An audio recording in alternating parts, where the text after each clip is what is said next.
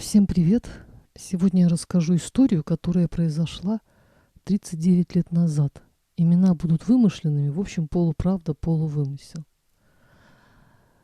Итак, Ирина после окончания вуза находит работу в КБ в промзоне вместе с однокурсницей Катей. Коллектив был неплохой, разновозрастной, но выделялась одна женщина, Татьяна Ивановна, очень крупного телосложения, симпатичная, энергичная, обладала скандальным характером, ее все побаивались. У нее был муж и дочь лет 10. Надвигался Новый год. Как всегда, намечались посиделки на работе с коллективом, готовка всяких салатов, еды. Татьяна Ивановна с веником ходила веселая, что-то там заметала, одновременно пробовала салаты. Делала она это все очень энергично. И как-то вдруг она стала задыхаться, синеть и оседать на пол. Сотрудники все всполошились, стали держать ее, чтобы она не упала на пол, трясли, стучали по спине, ничего не помогало. Потом Ирина взяла стакан с водой и влила воду ей в рот. Она прокашлялась и пришла в себя. Это было возвращение с того света, без преувеличения.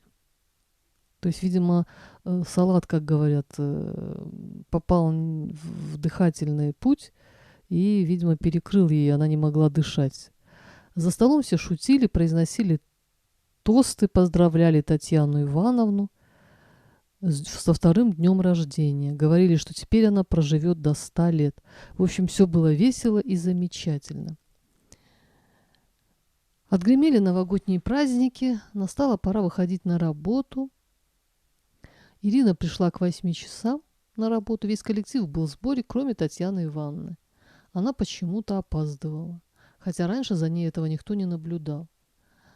Через час раздался звонок. Стационарного телефона, мобильных тогда не было. Звонила мама Татьяны Ивановны и сообщила трагическую новость, что Татьяна Ивановна умерла. Все были в шоке. Все стали спрашивать у подруги Татьяны Ивановны, при каких обстоятельствах она умерла. И потом выяснилось, что они праздновали день рождения мужа, который напился и остался спать на диване. А у Татьяны Ивановны, оказывается, был роман с начальником мужа, который жил со своей семьей в одном подъезде с Татьяной Ивановной. В этот вечер, оставив пьяного мужа спящим на диване, любовники уединились в гараже. Что там произошло на самом деле, никто из нас так и не узнал.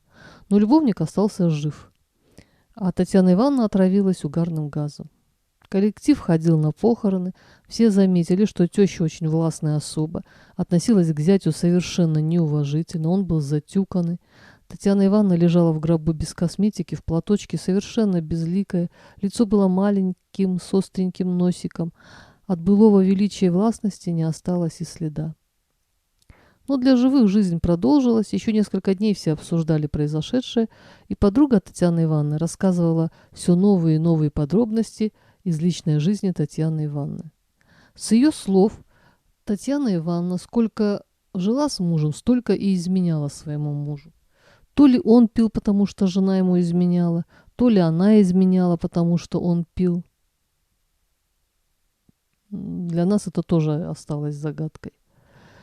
Однажды Татьяна Ивановна вместе со своей сестрой пошли и побили очередного любовника Татьяны Ивановны. Уж не знаю за что, да так побили, что он оказался на больничном. При всем при этом он, со слов подруги Татьяны Ивановны, был очень крупным, красивым мужчиной. Но справиться с двумя женщинами, очевидно, не смог.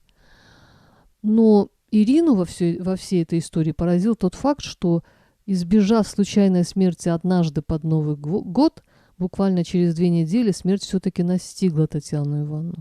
Вот уж воистину от судьбы не уйдешь. На этом все. Всем пока.